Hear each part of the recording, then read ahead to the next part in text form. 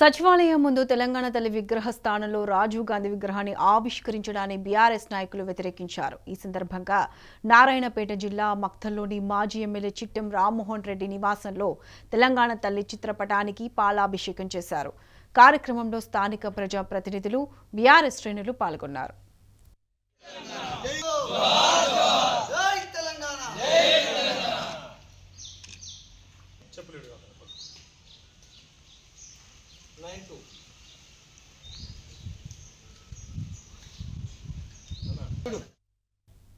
రాష్ట్ర వ్యాప్తంగా తెలంగాణ తల్లి విగ్రహాలకు బీఆర్ఎస్ నాయకులు పాలాభిషేకం చేస్తున్నారు. సచివాలయంలో రాజీవ్ గాంధీ విగ్రహాన్ని ఏర్పాటు చేయడాన్ని ఖండిస్తూ బీఆర్ఎస్ వర్కింగ్ ప్రెసిడెంట్ కేటీఆర్ పాలాభిషేకాలకు పిలుపునిచ్చారు. ఈ నేపథ్యంలో నాగర్ కర్నూలు జిల్లా అచ్చంపేటలో తెలంగాణ తల్లి విగ్రహానికి బీఆర్ఎస్ నాయకులు పాలాభిషేకం చేశారు.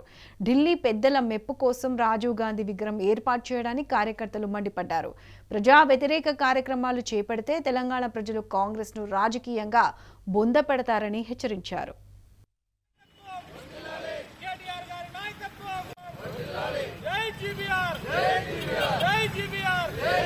కాంగ్రెస్ పార్టీ